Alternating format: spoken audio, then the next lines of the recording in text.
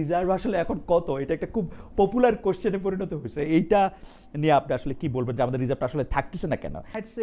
বাংলাদেশ ব্যাংকের মাননীয় governor doctor Ahsan S Mansur, আপনাকে স্বাগত জানাই। আমরা খুব আনন্দিত যে আপনি আমাদের সাথে ধন্যবাদ যুক্ত হয়েছেন। এটা কোইন্সিডেন্টাল বাট ইটস নাইস নেভারথেলেস। এবং আপনি নিউ ইয়র্কে মাত্র 2 দিনের জন্য এসেছেন, তারপরেও যে আমাদেরকে সময় দিয়েছেন সেজন্য আপনাকে আমাদের সবার পক্ষ থেকে, ঠিকানা পরিবারের পক্ষ থেকে আপনাকে ধন্যবাদ। আচ্ছা, আপনাকে তো আসলে আমরা পেয়েছি অনেকগুলি বিষয়, আমরা আপনার কাছ থেকে অনেকগুলি বিষয় জানতে চাই, কিন্তু প্রথমেই যেই বিষয়টা নিয়ে আসলে গত কয়েকদিন ধরে আপনাকে অনেকজনই অনেক প্রশ্ন করেছেন, সেই প্রশ্নটি হচ্ছে রিজার্ভ।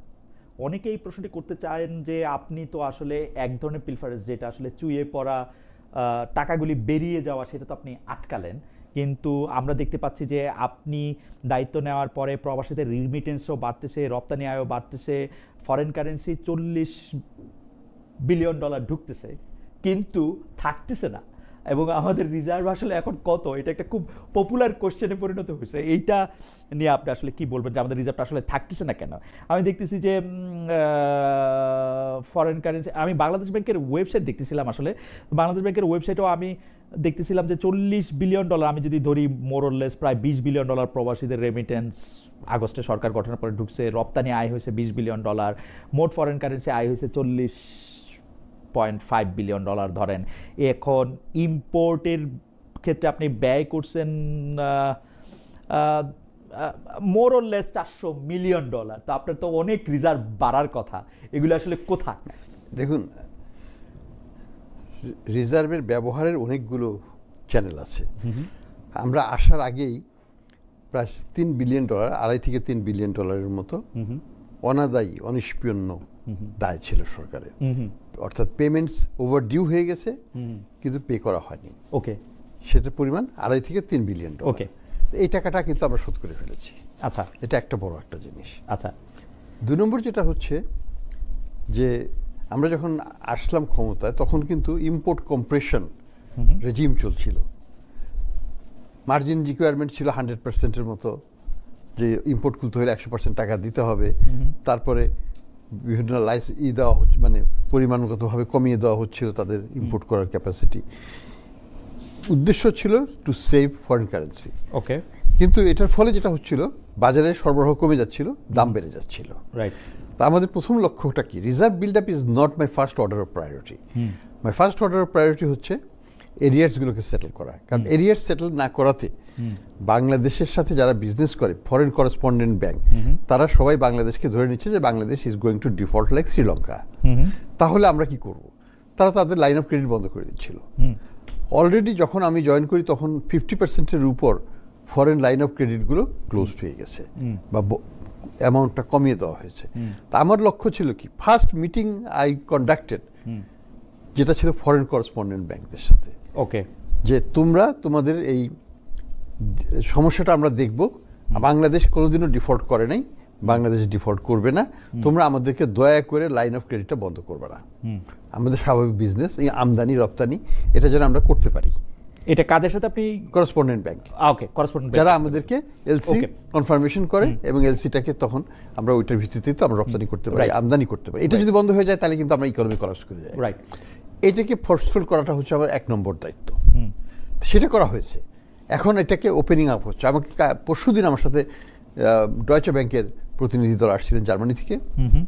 তারা বললেন যে তারা বাংলাদেশের যে লিমিট ছিল সেটা 50% করে দিয়েছিল, এখন তারা 100% করে দিয়েছে, এবং অ্যাসিওরেন্স দিয়ে গেছে যে আর এটা বাড়াবে তারা।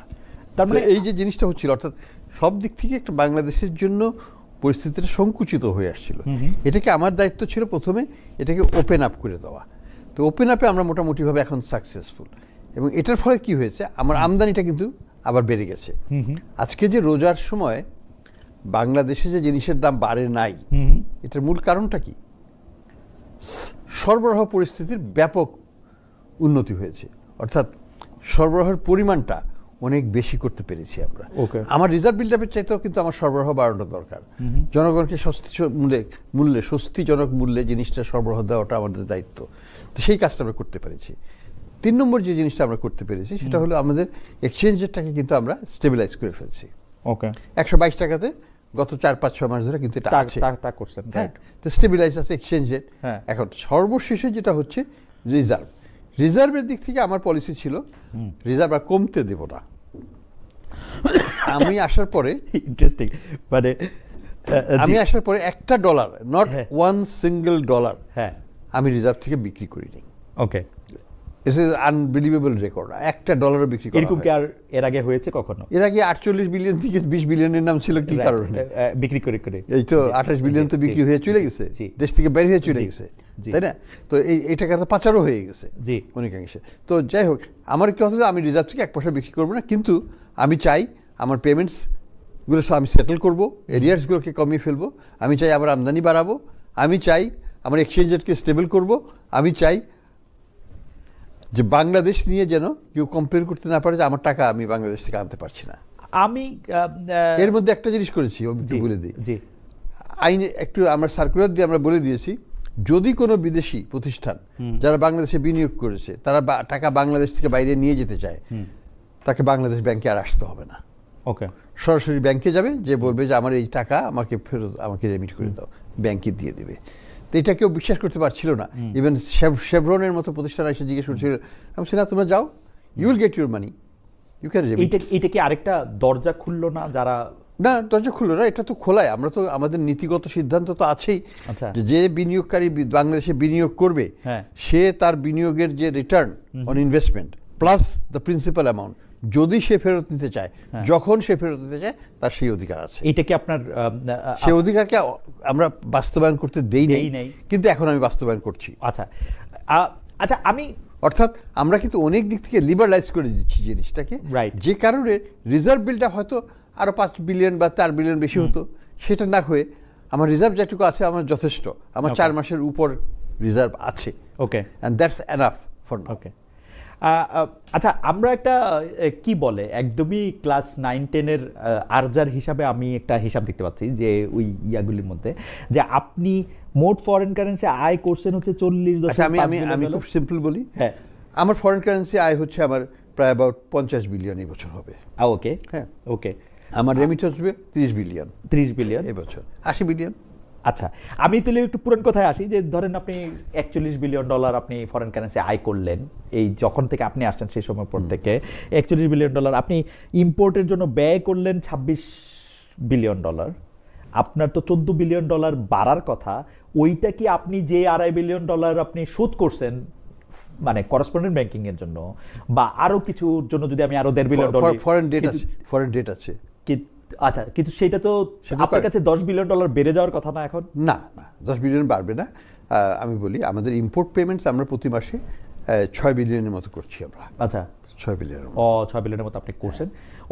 তাহলে তো আপনি যদি এই প্রক্রিয়াগুলি না নিতেন তাহলে কি বাংলাদেশের অর্থনীতি একটা সাংঘাতিক ধ্বংসের মুখেই দাঁড়াইতো? তাহলে যেহেতু মানে আস্থাহীনতা যদি চলতে থাকতো, প্লাস যে ধরনের মানে টাকা পাচার, অর্থ পাচার চলছিল, সেটা যদি চলতে থাকতো, তাহলে অবশ্যই একটা বড় রকমের ক্রাইসিস সিঙ্গাপুর মানে শ্রীলঙ্কার মতো আমাদের এখানে হতে পারত। তাইলে আপনি যখন সেপ্টেম্বরে 20 বিলিয়ন ডলার রিজার্ভে থাকলেন, আপনি রিজার্ভটা বাড়াতে চান না কিন্তু কমাইতে চান, আপনি কি 20 বিলিয়ন ডলার 19 বিলিয়নে নেমে আসছিল, 19 বিলিয়নে নেমে আসছিল, এখন এটা আপনি 20 বিলিয়নে আছে, এখন 21 বিলিয়নের উপরে আছে, 21 বিলিয়নের উপরে। এটা হচ্ছে আইএমএফ এর ডেফিনিশনে। আর আমাদের হিসাবে যেটাতে এটা সত্যি হিসাব, এটা কোনো এখানে লুকোচুরি কিছু নেই, এটা 26 বিলিয়ন আছে। ওকে, ঠিক আছে, আমি তাহলে পরবর্তী প্রসঙ্গে যাই। এইটাও একটু এই কতদিনে একটা আলোচিত একটা প্রসঙ্গ, সেটা হচ্ছে গ্রামীণ ব্যাংকে সরকারের শেয়ার 25% থেকে 10% যে নামিয়ে আনা হলো, গ্রামীণ ব্যাংকের শেয়ার বাড়ানো হইলো, সরকারের শেয়ার কমায়, এইটার ব্যাপারে একটা আইনও করতে হইলো। অনেকে এইটা প্রশ্ন করতেছেন যে মানে এটা একটা কনফ্লিক্ট অফ ইন্টারেস্ট হচ্ছে কিনা ডক্টর মোহাম্মদ ইউনূসের?